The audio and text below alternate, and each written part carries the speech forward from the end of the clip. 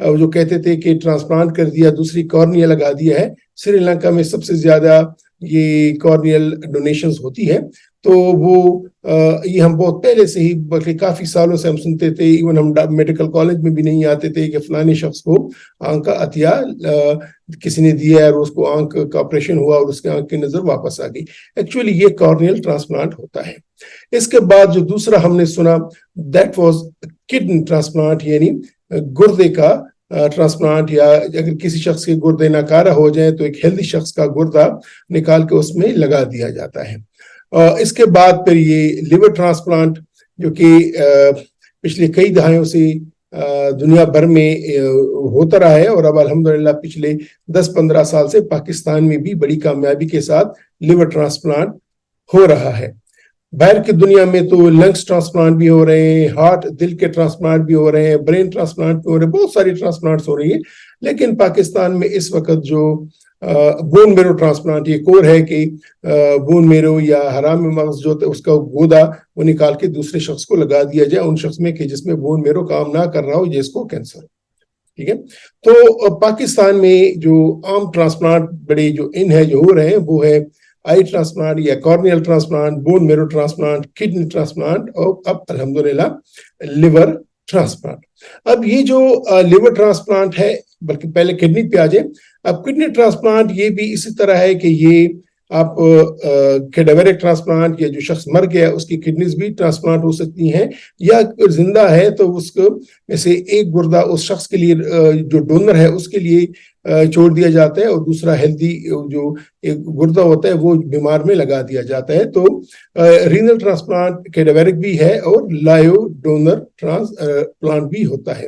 Cornea transplant جو ہے وہ ہمیشہ کیڈاویرک ہی ہے, کیونکہ ہم کسی ایک شخص کو نظر دینے کے لیے ایک دوسرے شخص کو اندھا نہیں بنا سکتے.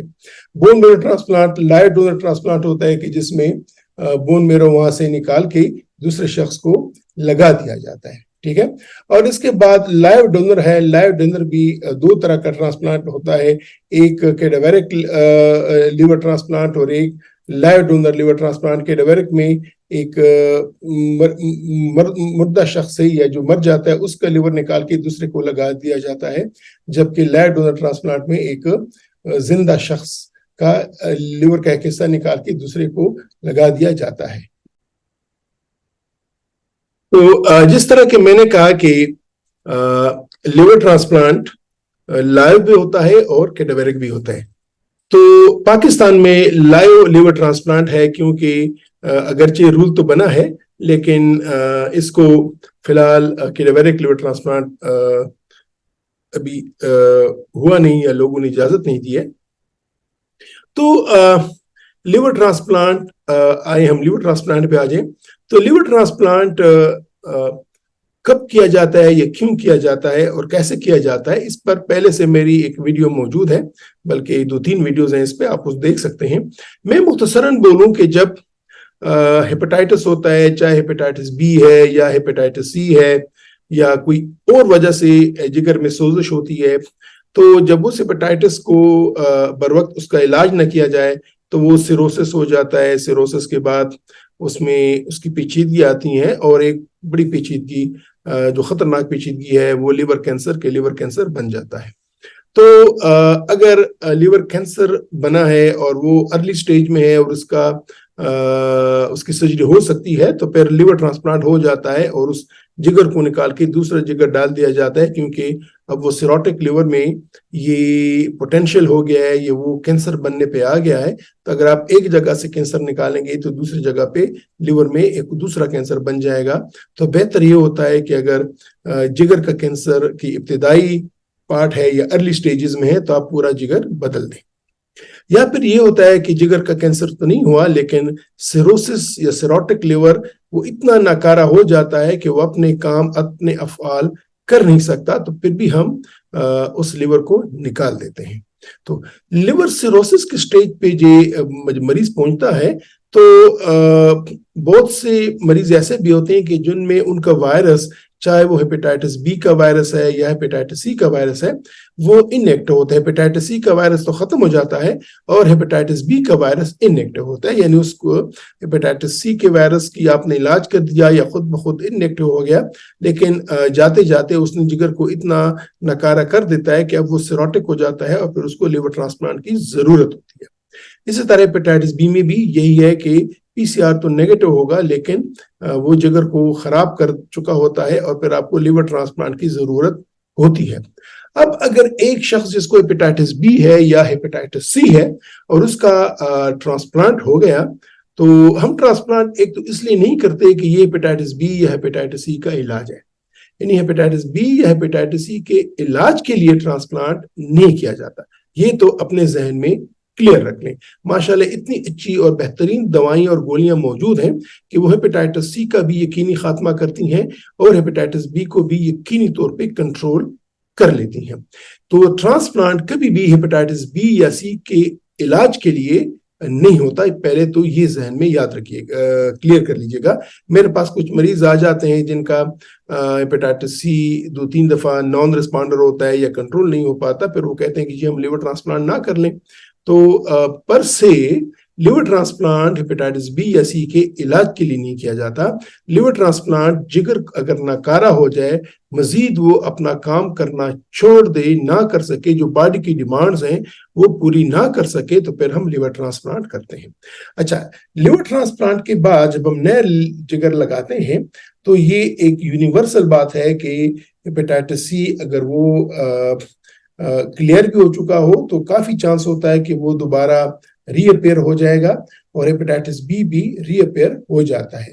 لیکن جس وقت لیور سیروسس تھا یا سیروٹک لیور تھا یا جگر سکڑا ہوا تھا، اس وقت آپ کی دوائیاں ہیپیٹائٹس بی یا سی پہ اتنی کارگر نہیں ہوتی جتنا وہ لیور ٹرانسپلانٹ کے بعد ہوتی ہیں۔ اور جب لیور ٹرانسپلانٹ کے بعد ری انفیکشن ہوتا ہے تو یہ وہ ایکیوٹ فیز ہوتا ہے، یہ ایکیوٹ ہیپیٹائٹس کا فیز ہوتا ہے، اور اس وقت پہ ان دوائیوں کے کارگرد ہونے کا یا ان کی ایفیکیسی اراؤنڈ 100% ہوتی ہے۔ تو بڑی ایزیلی پھر وہ آپ کا ہیپیٹائٹس بی یا سی کنٹرول ہو جاتا ہے۔ تو یہ سمجھنا کہ لیور ٹرانسپلانٹ ہو گیا تو ہیپیٹائٹس بی یا سی کا ہم نے خاتمہ کر دیا ہے، یہ غلط فہمی ہوگی۔ چانس ہوتا ہے کہ ہیپیٹائٹس بی یا سی دوبارہ اپیئر ہو جائے، دوبارہ ہو جائے، لیکن اس وقت اب اس کا علاج بہت آسانی سے ہو سکتا ہے اور ہو جاتا ہے۔ تو میرے خیال میں میری اس ویڈیو میں نے جو جواب دینے کی کوشش کی اس سوال کے بارے میں کہ کیا لیور ٹرانسپلانٹ کے بعد ہیپیٹائٹس دوبارہ ہو جاتا ہے یا نہیں، اب آپ کو کلیئر ہو چکا ہوگا کہ لیور ٹرانسپلانٹ پر سے یہ کیا ہے، ٹرانسپلانٹیشن کسے بولتے ہیں، پھر لیور ٹرانسپلانٹ کیا ہوتا ہے، اور پھر لیور ٹرانسپلانٹ کے بعد ہیپیٹائٹس بی یا سی دوبارہ ہو سکتا ہے کہ نہیں۔ یہ دوبارہ ہو سکتا ہے، لیکن اس وقت اس کا علاج بہت ضروری ہوتا ہے۔ اور یہ غلط فہمی اپنی ذہن سے نکال دیجئے گا کہ ہیپیٹائٹس بی یا سی کے علاج کے لیے لیور ٹرانسپلانٹ ہوتا ہے۔ لیور ٹرانسپلانٹ ہیپیٹائٹس بی یا سی کے علاج کے لیے نہیں ہوتا، بلکہ یہ اگر جگر نکارا ہوا ہے تو اس کے ریپلیس کرنے کے لیے ہوتا ہے۔ جس طرح کہ میں نے آپ کو مثال دی گاڑی کے ٹائر کی، گاڑی کے انجن کی، آپ کے گھر میں فریج ہے، ریفریجریٹر ہے، ڈیپ فریزر ہے، اس کی کمپریسر کی، یا آپ کا بلب خراب ہو گیا ہے، وہ ساکٹ میں دوسرا بلب ڈالتے ہیں، تو بالکل ایسے ہی اگر لیور آپ کا ناکارہ ہو گیا، مزید کام نہیں کر سکتا، وہ ایک لحاظ سے اگر فیوز ہو گیا یا کمپریسر اڑ گیا ہے، آپ کا لیور اڑ گیا ہے، تو پھر آپ اس کو چینج کر لیتے ہیں۔ اور سورس یہ انسان ہے، مارکیٹ میں جگر نہیں ملتا۔ ایسا نہیں ہے کہ آپ کو بیل بکری کا ہے یا کوئی پلاسٹک کی جگر لگا دیا جائے، جگر انسان کا ہی لگتا ہے۔ اور دنیا بھر میں جو کیڈاویرک یا جو شخص مر چکا ہوتا ہے اس کے لیور کا ٹرانسپلانٹ کافی زیادہ ہوتا ہے، اور لائیو لیور ڈونر ٹرانسپلانٹ بھی ہے۔ پاکستان میں صرف لائیو ڈونر ٹرانسپلانٹ آج کل ہو رہا ہے۔ تو میں اجازت چاہوں گا، امید ہے کہ میرے اس سیشن میں جو آپ کے یا آپ جیسے باقی ویورز کے ذہن میں جو بھی اس طرح کے سوالات تھے ان کا میں جواب دے چکا ہوں۔ اپنا خیال رکھیے گا۔ خدا حافظ۔